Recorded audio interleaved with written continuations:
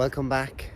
I'm just here now again in our newly established perennial food forest behind us, and this is the second video of the series. So if you missed the first video, I'd advise you to go back and have a look at that, and we can look at this area before we made a start to it. So let's have a look here now. I'll just take you on a quick look around of what we've done and what we've planned to do for the future.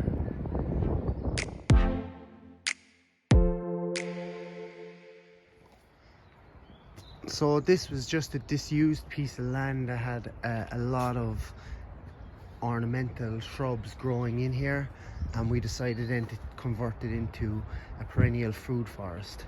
So this garden here, this community garden, the idea of is it's an educational garden. There we can have a number of different demonstration gardens that people can come in from the community, and other community gardens can come in and have a look at different types of gardens that might be suitable for their context and their space. So the idea of this one is we wanted to have a small scale, low maintenance, low input garden, and there is a little bit of work in setting it up, but once it's established, it's pretty much self-maintaining. So the first video we made was all about clearing out this space and removing stuff. The next step of the process, we've installed these paths in around the garden. So a lot of this garden has linear paths, straight lines and stuff, and we really wanted to get away from that and to maximize a small space and to be more inviting in. We decided to go with more curving paths, and the group that helped me set this up decided on a figure of 8 as the main pathway through the garden. So as well, it's important to have paths and margins. It's another one of the principles of permaculture, is to value the margins, because a lot of the action and a lot of the stuff that goes on happens around the paths and around the margins, and you need as well obviously ways to be able to go through the garden, and to have paths that kind of fit the context of the garden as well.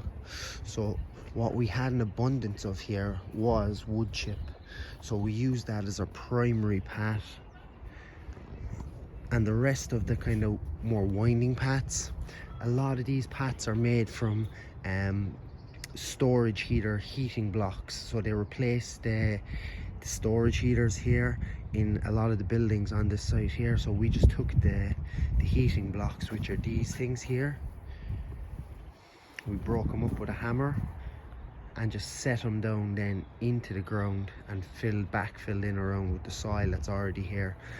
Hopefully now plants will grow in between them, and they'll just be here then for forevermore. We worked with some of the existing features that was in this space already, like this bulb area here. We didn't do too much to it. Some of the bulbs we had to move. One thing we're going to do here now is we're going to put an oak tree in the center of this. So one of the first and main layers that we put in here was the canopy layer.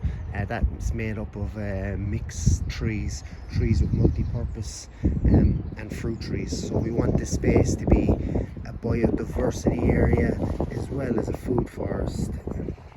So we want to have as much opportunities to feed the wildlife and the birds here, as well as feed ourselves. So the types of trees, we use a lot of natives here in the back row. These are quite small at the moment, but the idea is that these will grow taller than potentially our fruit trees. So we've starting at the end, that's a wild cherry. We have a hawthorn here, a blackthorn. This is a native spindle. I think that's a wild cherry as well. This one here then is a hazel. We have another hazel. So we just have a variety of trees, nearly 30 different trees planted in here. We didn't go too far into the garden with the trees because the sun comes in from this way. This is due south in front of us, so we didn't want to shade out the garden by putting trees on the south aspect. So we put most of them from here back, as we put most of the main trees that will form the canopy layer. A lot of these trees now will need to be pruned at the moment, so we're going to prune the trees and maybe train some of them, but I'll make another video on that in the future.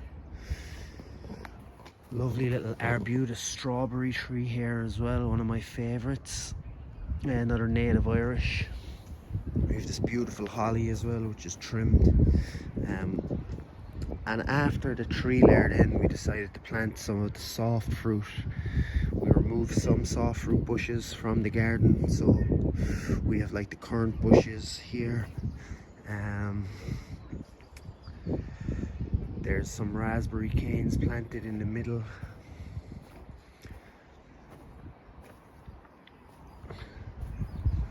We've got some gooseberry bushes, more currant bushes planted up throughout the garden.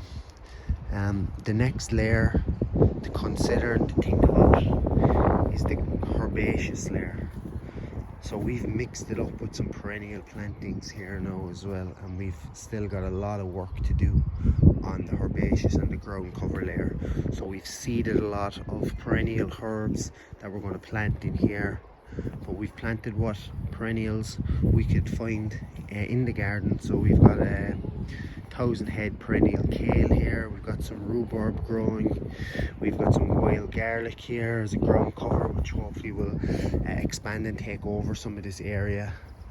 So it looks a little bit sparse now at the moment, but in the future this whole area will be covered and taken over.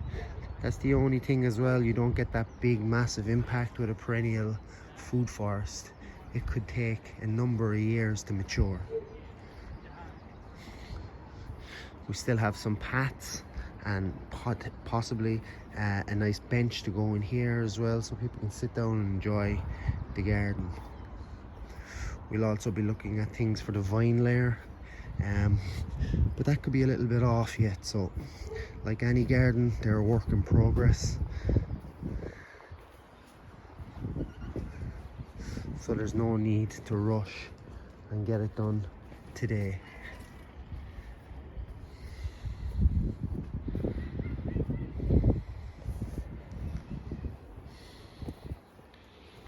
So it'd be great if you could let me know what you think of this space. If there's anything you think that I could benefit from having in this space, or any plants that you think would be suitable as well, that would be absolutely fantastic. I'd love to hear your input on that.